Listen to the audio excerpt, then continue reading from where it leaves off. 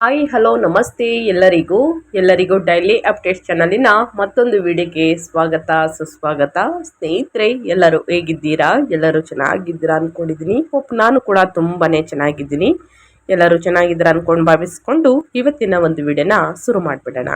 ಇವತ್ತಿನ ಒಂದು ವಿಡಿಯೋದಲ್ಲಿ ಸ್ನೇಹಿತರೆ, ಜುಲೈ 7ನೇ ತಾರೀಕು 2026 ಮಂಗಳವಾರದ ದಿನ, ಅಂದರೆ ದಿನ ಭವಿಷ್ಯವನ್ನು ಹೇಳೋದಾದರೆ ಈ ರಾಶಿಯವರಿಗೆ ಸ್ನೇಹಿತರೆ ರಾಜಯೋಗ ಅಂತಲೇ ಹೇಳಬಹುದು. ಆರ್ಥಿಕ ಧನ ಲಾಭವನ್ನು ನೋಡಲಿದ್ದೀರಿ. ಹಾಗಿದ್ರೆ ಈ ರಾಶಿಯವರು ಯಾರ್ಯಾರು ಏನೆಲ್ಲ ಅದೃಷ್ಟದ ಫಲಗಳನ್ನು ಗಳಿಸಲಿದ್ದೀರಿ ಅನ್ನೋದನ್ನ ಕಂಪ್ಲೀಟ್ ಆಗಿ ತಿಳಿಸ್ಕೊಡ್ತಾ ಹೋಗ್ತೀನಿ. ಎಲ್ಲೂ ಕೂಡ ವಿಡಿಯೋನ ಸ್ಕಿಪ್ ಮಾಡ್ದೇ ಕೊನೆ ತನಕ ವಾಚ್ ಮಾಡಿ. ವಿಡಿಯೋಗೆ ಲೈಕ್ ಮಾಡಿಲ್ಲ ಅಂದರೆ ದಯವಿಟ್ಟು ಲೈಕ್ ಮಾಡಿ. ಸಬ್ಸ್ಕ್ರೈಬ್ ಆಗಿಲ್ಲ ಅಂದರೆ ಡೈಲಿ ಅಪ್ಡೇಟ್ಸ್ಗೆ ಸಬ್ಸ್ಕ್ರೈಬ್ ಆಗಿ ನಿಮ್ಮ ಅಭಿಪ್ರಾಯವನ್ನು ಕಮೆಂಟ್ ಬಾಕ್ಸಲ್ಲಿ ತಿಳಿಸಬಹುದು. ಯಾರೆಲ್ಲ ಸಬ್ಸ್ಕ್ರೈಬ್ ಮಾಡ್ಕೊಂಡಿದ್ದೀರಾ ಅವರಿಗೆ ಮತ್ತೊಮ್ಮೆ ಥ್ಯಾಂಕ್ ಯು ಸೋ ಮಚ್ ಅಂತ ಹೇಳ್ತಾ ವಿಡಿಯೋದ ಕಡೆ ಗಮನ ಕೊಟ್ಬಿಡೋಣ. ಜುಲೈ 7ನೇ ತಾರೀಕು ಮಂಗಳವಾರ ಆಂಜನೇಯನಿಗೆ ಅರ್ಪಿತವಾದ ದಿನವಾಗಿದೆ ಅಂತಲೇ ಹೇಳ್ಬೋದು. ಜ್ಯೋತಿಷ್ಯದಲ್ಲಿ ಮಹತ್ವದಾಗಿದೆ. ಈ ದಿನ ಗ್ರಹಗಳ ಸ್ಥಾನಗಳು ನಿಮ್ಮ ಜೀವನದಲ್ಲಿ ಅನೇಕ ಬದಲಾವಣೆಗಳನ್ನು ತರಲಿವೆ. ಮಂಗಳವಾರ ಗ್ರಹಗಳ ಸ್ಥಾನ ಹೇಗಿದೆ ಎಂಬುದನ್ನು ತಿಳಿಯುವುದಾದರೆ, ಮೀನರಾಶಿಯಲ್ಲಿ ಚಂದ್ರನು ಸೃಜನಶೀಲತೆಯನ್ನು ಹೆಚ್ಚಿಸುತ್ತಾನೆ, ಆದರೆ ಶನಿಯು ಎಲ್ಲರಿಗೂ ತಮ್ಮ ಜವಾಬ್ದಾರಿಗಳ ಬಗ್ಗೆ ಅರಿವನ್ನು ಮೂಡಿಸುವನು. ಬುಧನ ಸ್ಥಾನದಿಂದಾಗಿ ಸಂಭಾಷಣೆಗಳಲ್ಲಿ ಕೆಲವು ಗೊಂದಲಗಳು ಅಥವಾ ಆರ್ಥಿಕ ಅಡಚಣೆಗಳು ಉಂಟಾಗಬಹುದು. ಸ್ನೇಹಿತರೆ, ವೃಷಭ ರಾಶಿಯಲ್ಲಿ ಮಂಗಳನು ಕೆಲಸದ ಪರಿಶ್ರಮ ಮಾಡಲು ನಿಮಗೆ ಶಕ್ತಿಯನ್ನು ನೀಡುತ್ತಾನೆ. ಇನ್ನು ಕರ್ಕ ರಾಶಿಯಲ್ಲಿ ಗುರುವು ಸರಿಯಾದ ಯೋಜನೆಯ ಮೂಲಕ ಪ್ರಗತಿಗೆ ಅವಕಾಶಗಳನ್ನು ಸೃಷ್ಟಿಸುತ್ತಾನೆ. ಹಾಗಾದರೆ ಮಂಗಳವಾರ ಸ್ನೇಹಿತರೆ, ಈ ರಾಶಿಯವರಿಗೆ ವೃತ್ತಿ ಆರ್ಥಿಕ ಜೀವನದಲ್ಲಿ ಯಾವೆಲ್ಲ ಬದಲಾವಣೆಗಳು ಆಗಲಿದೆ ಅನ್ನೋದನ್ನ ಸಂಪೂರ್ಣವಾಗಿ ತಿಳಿಸ್ಕೊಡ್ತಾ ಹೋಗ್ತೀನಿ. ಎಲ್ಲೂ ಕೂಡ ಸ್ಕಿಪ್ ಮಾಡ್ದೇ ಕೊನೆ ತನಕ ವಾಚ್ ಮಾಡಿ. ವಿಡಿಯೋಗೆ ಲೈಕ್ ಮಾಡಿಲ್ಲ ಅಂದರೆ ದಯವಿಟ್ಟು ಲೈಕ್ ಮಾಡಿ. ಸಬ್ಸ್ಕ್ರೈಬ್ ಆಗಿಲ್ಲ ಅಂದರೆ ಡೈಲಿ ಅಪ್ಡೇಟ್ಸ್ಗೆ ಸಬ್ಸ್ಕ್ರೈಬ್ ಆಗಿ ನಿಮ್ಮ ಅಭಿಪ್ರಾಯವನ್ನು ಕಮೆಂಟ್ ಬಾಕ್ಸಲ್ಲಿ ತಿಳಿಸ್ಬೋದು. ಮೊದಲನೇ ಅದೃಷ್ಟ ರಾಶಿ ಬಂದು ಸ್ನೇಹಿತರೆ ಮೇಷರಾಶಿಯವರಿಗೆ. ಮೇಷರಾಶಿಯವರಿಗೆ ಜುಲೈ 7 ಜಾಗೃತಿ ವಹಿಸಬೇಕಾದ ದಿನ. ಮಂಗಳವಾರ ನೀವು ಹಣಕಾಸಿನ ವಿಷಯಗಳಲ್ಲಿ ಸ್ವಲ್ಪ ತಾಳ್ಮೆಯಿಂದ ಇರಬೇಕು. ಆತುರದ ಖರೀದಿಗಳನ್ನು ಮಾಡಬೇಡಿ.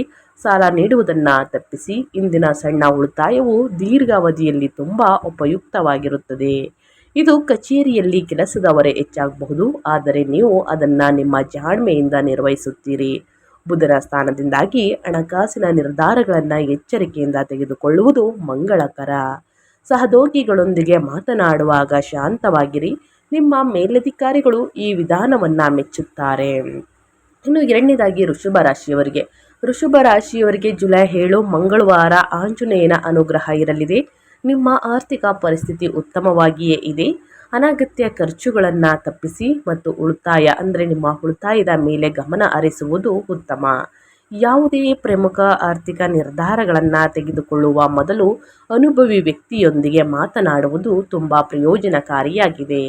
ಮಂಗಳ ನಿಮ್ಮ ರಾಶಿಚಕ್ರ ಚಿಹ್ನೆಯಲ್ಲಿದೆ. ಇದು ನಿಮ್ಮ ಆತ್ಮವಿಶ್ವಾಸ ಮತ್ತು ಕೆಲಸದ ಸಾಮರ್ಥ್ಯವನ್ನು ಹೆಚ್ಚಿಸುತ್ತದೆ. ಕೆಲಸದಲ್ಲಿ ಯಾವುದೇ ತಪ್ಪು ಗ್ರಹಿಕೆಯನ್ನು ತಪ್ಪಿಸಲು ನಿಮ್ಮ ಸಹೋದ್ಯೋಗಿಗಳೊಂದಿಗೆ ನೇರವಾಗಿ ಮಾತನಾಡಿ. ಹೊಸ ಕೆಲಸ ಹುಡುಕುತ್ತಿರುವವರು ಸ್ವಲ್ಪ ವಿಳಂಬದ ನಂತರ ಕೆಲವು ಒಳ್ಳೆಯ ಸುದ್ದಿಗಳನ್ನು ಪಡೆಯಬಹುದು. ಇನ್ನು ಅದೇ ರೀತಿ ಮಿಥುನ ರಾಶಿಯವರಿಗೆ ಈ ದಿನ ನೆಮ್ಮದಿ ತರುವುದು, ಆದರೆ ಈ ದಿನ ನೀವು ಖರ್ಚುಗಳ ಮೇಲೆ ನಿಗಾ ಇಡಬೇಕು. ಬುಧನ ಪ್ರಭಾವದಿಂದಾಗಿ ಉದ್ಯಮಗಳಲ್ಲಿ ಹೂಡಿಕೆಯನ್ನು ಮುಂದೂಡಿ. ತಕ್ಷಣದ ಲಾಭಗಳತ್ತ ಆಕರ್ಷಿತರಾಗುವ ಬದಲು ನಿಮ್ಮ ಬಜೆಟನ್ನು ಕೂಡಿಡಿ. ಇಂದಿನಿಂದ ಕೆಲಸ ಮತ್ತು ವ್ಯವಹಾರದಲ್ಲಿನ ಪರಿಸ್ಥಿತಿಗಳು ಸ್ವಲ್ಪ ಬದಲಾಗಬಹುದು. ಇದರಿಂದಾಗಿ ಕೆಲಸದ ವೇಳಾಪಟ್ಟಿಗಳಲ್ಲಿ ಬದಲಾವಣೆಗಳು ಬೇಕಾಗಬಹುದು. ಇದಕ್ಕೆ ಭಯಪಡಬೇಡಿ. ಕಚೇರಿ ಸಮಸ್ಯೆಗಳನ್ನು ಪರಿಹರಿಸುವಲ್ಲಿ ನಿಮ್ಮ ಸಂವಹನ ಕೌಶಲ್ಯಗಳು ಬಹಳ ಸಹಾಯಕವಾಗುತ್ತವೆ. ಇನ್ನು ಮುಂದಿನ ರಾಶಿ ಕಟಕ ರಾಶಿಯವರಿಗೆ ಜುಲೈ 7 ಸವಾಲಿನ ದಿನ. ಯಾಕೆಂದರೆ ಬುಧ ನಿಮ್ಮ ರಾಶಿ ಚಕ್ರ ಚಿಹ್ನೆಯಲ್ಲಿ ಹಿಮ್ಮುಖವಾಗಿ ಚಲಿಸುತ್ತಿದೆ. ಇದರಿಂದಾಗಿ ಎಲ್ಲ ಹಣಕಾಸಿನ ವಿಷಯಗಳಲ್ಲಿ ಜಾಗರೂಕರಾಗಿರಿ. ಯಾವುದೇ ಹೊಸ ದಾಖಲೆಗಳು ಅಥವಾ ಒಪ್ಪಂದಕ್ಕೆ ಸಹಿ ಹಾಕುವ ಮೊದಲು ಪ್ರತಿಯೊಂದು ವಿವರವನ್ನು ಎಚ್ಚರಿಕೆಯಿಂದ ಓದಿ. ಹಣಕಾಸಿನ ಪ್ರಮುಖ ನಿರ್ಧಾರಗಳನ್ನು ತೆಗೆದುಕೊಳ್ಳಬೇಡಿ. ಇಂದಿನ ತಪ್ಪುಗಳನ್ನು ಸರಿಪಡಿಸಿಕೊಳ್ಳಲು ಸ್ವಲ್ಪ ಪ್ರಯತ್ನ ಬೇಕಾಗುತ್ತದೆ, ಆದರೆ ಇದು ಕೆಲಸದಲ್ಲಿ ನಿಮ್ಮ ವಿಶ್ವಾಸಾರ್ಹತೆಯನ್ನು ಹೆಚ್ಚಿಸುತ್ತದೆ. ಹಿರಿಯ ಅಧಿಕಾರಿಗಳು ಅಥವಾ ಗ್ರಾಹಕರೊಂದಿಗೆ ವ್ಯವಹರಿಸುವಾಗ ಆದಷ್ಟು ತಾಳ್ಮೆಯಿಂದ ಇರಿ. ಇನ್ನು ಮುಂದಿನ ರಾಶಿ ಬಂದು ಸಿಂಹರಾಶಿಯವರಿಗೆ ಜುಲೈ 7 ಅದೃಷ್ಟದ ದಿನ. ಈ ದಿನ ಶುಕ್ರನು ನಿಮ್ಮ ರಾಶಿಯಲ್ಲಿ ಇದ್ದು ಇದು ನಿಮ್ಮ ಆರ್ಥಿಕ ಬಲವನ್ನು ನೀಡುತ್ತಾನೆ. ಪ್ರದರ್ಶನ ಅಥವಾ ಐಷಾರಾಮಿಗಾಗಿ ದುಬಾರಿ ವಸ್ತುಗಳ ಮೇಲೆ ಅತಿಯಾದ ಖರ್ಚು ಮಾಡುವುದನ್ನು ತಪ್ಪಿಸಿ ನಿಮ್ಮ ಆದಾಯ ಸ್ಥಿರವಾಗಿರುತ್ತದೆ. ಸರಿಯಾದ ಬಜೆಟನ್ನು ನಿರ್ವಹಿಸುವುದು ನಿಮ್ಮ ಸ್ಥಾನವನ್ನು ಬಲವಾಗಿಡುವುದು. ಭವಿಷ್ಯದಲ್ಲಿ ಹೊಸ ಆಲೋಚನೆಯು ಆದಾಯದ ಮೂಲವಾಗಬಹುದು. ನಿಮ್ಮ ಉತ್ತಮ ಗುಣಗಳು ಕೆಲಸದಲ್ಲಿ ಸ್ಪಷ್ಟವಾಗಿ ಗೋಚರಿಸುತ್ತವೆ. ಕೆಲಸ ವಿಳಂಬವಾದರೂ ಸಹ ಭಯಪಡಬೇಡಿ ಸ್ನೇಹಿತರೆ, ಮತ್ತು ಪೂರ್ಣ ವಿಶ್ವಾಸದಿಂದ ಮುಂದುವರಿಯಿರಿ. ಪ್ರಮುಖ ಯೋಜನೆಗಳನ್ನು ಸಮಯಕ್ಕೆ ಸರಿಯಾಗಿ ಪೂರ್ಣಗೊಳಿಸಲು ಸಹಾಯವನ್ನು ಮಾಡುತ್ತದೆ. ಇನ್ನು ಕನ್ಯಾ ರಾಶಿಯವರಿಗೆ ಮಂಗಳವಾರ. ಕನ್ಯಾ ರಾಶಿಯವರು ಅನಗತ್ಯ ಖರ್ಚುಗಳನ್ನು ಕಡಿಮೆ ಮಾಡಬೇಕು, ಇಲ್ಲದಿದ್ದರೆ ಹಣ ನಿರ್ವಹಣೆ ಕಷ್ಟವಾಗಲಿದೆ. ನಿಮ್ಮ ಚಿಂತನಾಶೀಲ ಯೋಜನೆ ಮಾತ್ರ ನಿಮ್ಮ ಹಣವನ್ನು ಸುರಕ್ಷಿತವಾಗಿರಿಸುತ್ತದೆ. ಮಾರುಕಟ್ಟೆ ವದಂತಿಗಳು ಅಥವಾ ಇತರರು ಏನು ಹೇಳುತ್ತಾರೆಂದು ಆಧರಿಸಿ ಹೂಡಿಕೆ ನಿರ್ಧಾರಗಳನ್ನು ತೆಗೆದುಕೊಳ್ಳಬೇಡಿ. ಸಮಸ್ಯೆಗಳನ್ನು ಪರಿಹರಿಸುವ ನಿಮ್ಮ ವಿಧಾನವು ನಿಮ್ಮ ದೊಡ್ಡ ಶಕ್ತಿಯಾಗುತ್ತದೆ. ಇತರರು ಕಡೆಗಣಿಸುವ ನ್ಯೂನತೆಗಳನ್ನು ನೀವು ಗುರುತಿಸುವಿರಿ. ಬುಧನ ಪ್ರಭಾವದಿಂದಾಗಿ ಕೆಲಸದಲ್ಲಿ ನಿಮ್ಮ ನಿಯಮಗಳು ಅನುಸರಣೆ ಹಿರಿಯ ಅಧಿಕಾರಿಗಳ ವಿಶ್ವಾಸವನ್ನು ಗಳಿಸುತ್ತದೆ. ಇನ್ನು ಮುಂದಿನ ರಾಶಿ ತುಲಾರಾಶಿ. ತುಲಾರಾಶಿಯವರಿಗೆ ಜುಲೈ 7 ತುಲಾರಾಶಿಯವರಿಗೆ ಶಾಂತಿ ತರುವಂತಹ ದಿನ. ಇತರರನ್ನು ಮೆಚ್ಚಿಸಲು ದುಬಾರಿಯಾದ ಯಾವುದನ್ನಾದರೂ ಖರೀದಿಸುವುದನ್ನು ತಪ್ಪಿಸಿ.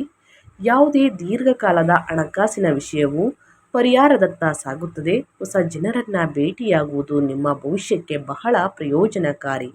ಅನುಭವಿ ಸಹೋದ್ಯೋಗಿಗಳೊಂದಿಗೆ ಸಂಭಾಷಣೆಗಳು ಕೆಲಸಕ್ಕೆ ಹೊಸ ಮಾರ್ಗಗಳನ್ನು ತೆರೆಯುತ್ತವೆ. ನಿಮ್ಮ ಶಾಂತ ನಡವಳಿಕೆಯು ಕಚೇರಿಯ ಸಕಾರಾತ್ಮಕ ವಾತಾವರಣವನ್ನು ಕಾಪಾಡಿಕೊಳ್ಳುತ್ತದೆ. ಇನ್ನು ಮುಂದಿನ ರಾಶಿ ವೃಶ್ಚಿಕ ರಾಶಿಯವರಿಗೆ. ವೃಶ್ಚಿಕ ರಾಶಿಯವರಿಗೆ ಜುಲೈ 7 ಅತ್ಯಂತ ಸಂಭ್ರಮದ ದಿನ. ಇಂದಿನಿಂದ ಗ್ರಹಸ್ಥಾನಗಳು ನಿಮ್ಮ ಹಣಕಾಸನ್ನು ಅತ್ಯಂತ ಶಿಸ್ತಿನಿಂದ ನಿರ್ವಹಿಸಲು ನಿಮಗೆ ಕಲಿಸುತ್ತವೆ. ಸಂಪೂರ್ಣ ಮಾಹಿತಿ ಇಲ್ಲದೆ ಅಪಾಯಗಳನ್ನು ತೆಗೆದುಕೊಳ್ಳುವುದು ನಿಮ್ಮ ಪರವಾಗಿರುವುದಿಲ್ಲ. ವಿವೇಕ ಮತ್ತು ಸರಿಯಾದ ಯೋಜನೆಯೊಂದಿಗೆ ಮುಂದುವರಿಯುವುದು ನಿಮ್ಮ ಆದಾಯವನ್ನು ಸುಧಾರಿಸಲು ಉತ್ತಮ ಅವಕಾಶಗಳನ್ನು ಒದಗಿಸುತ್ತದೆ. ನಿಮ್ಮ ಸಂಪೂರ್ಣ ಗಮನ ಮತ್ತು ಸಮರ್ಪಣೆ ಇಂದಿನಿಂದ ಕೆಲಸದಲ್ಲಿ ದೊಡ್ಡ ಮತ್ತು ಕಷ್ಟಕರವಾದ ಕೆಲಸಗಳನ್ನು ನಿರ್ವಹಿಸಲು ನಿಮಗೆ ಸಹಾಯವನ್ನು ಮಾಡುತ್ತದೆ. ಕಚೇರಿಯಲ್ಲಿನ ಕೆಲವು ಸಂದರ್ಭಗಳು ನಿಮ್ಮ ತಾಳ್ಮೆಯನ್ನು ಪರೀಕ್ಷಿಸಬಹುದು. ಆದ್ದರಿಂದ ಶಾಂತವಾಗಿರಿ. ಯಾವುದೇ ಪ್ರಮುಖ ಸಂದೇಶಗಳು ಅಥವಾ ಇಮೇಲ್ಗಳನ್ನು ಕಳಿಸುವ ಮೊದಲು ಅವುಗಳನ್ನು ಎಚ್ಚರಿಕೆಯಿಂದ ಪರಿಶೀಲಿಸುವುದು ಒಳ್ಳೆಯದು. ಯಾವುದರ ಬಗ್ಗೆ ಎಚ್ಚರಿಕೆ ವಹಿಸಬೇಕು? ಜುಲೈ 7ನೇ ತಾರೀಕು ಏನೆಲ್ಲ ಅದೃಷ್ಟದ ಫಲಗಳನ್ನು ಗಳಿಸಲಿದ್ದೀರಿ ಅಂತ ಕಂಪ್ಲೀಟಾಗಿ ತಿಳಿಸ್ಕೊಟ್ಟಿದ್ದೀನಿ. ಇದರ ಬಗ್ಗೆ ಏನೇ ಡೌಟ್ಸ್ ಇದ್ದರೂ ಕೂಡ ಕಮೆಂಟ್ ಮಾಡಿ, ಪ್ರತಿಯೊಬ್ಬರಿಗೂ ಆನ್ಸರ್ ಮಾಡ್ತೀನಿ ಅಂತ ಹೇಳ್ತಾ, ನಿಮಗೂ ಮತ್ತು ನಿಮ್ಮ ಕುಟುಂಬಕ್ಕೆ ತುಂಬಾ ಒಳ್ಳೆಯದಾಗಲಿ. ಮತ್ತೊಂದು ವಿಡಿಯೋ ಜೊತೆ ಮತ್ತೊಂದು ಹೊಸ ಭವಿಷ್ಯದಲ್ಲಿ ಸಿಗ್ತೀನಿ. Thank you for watching.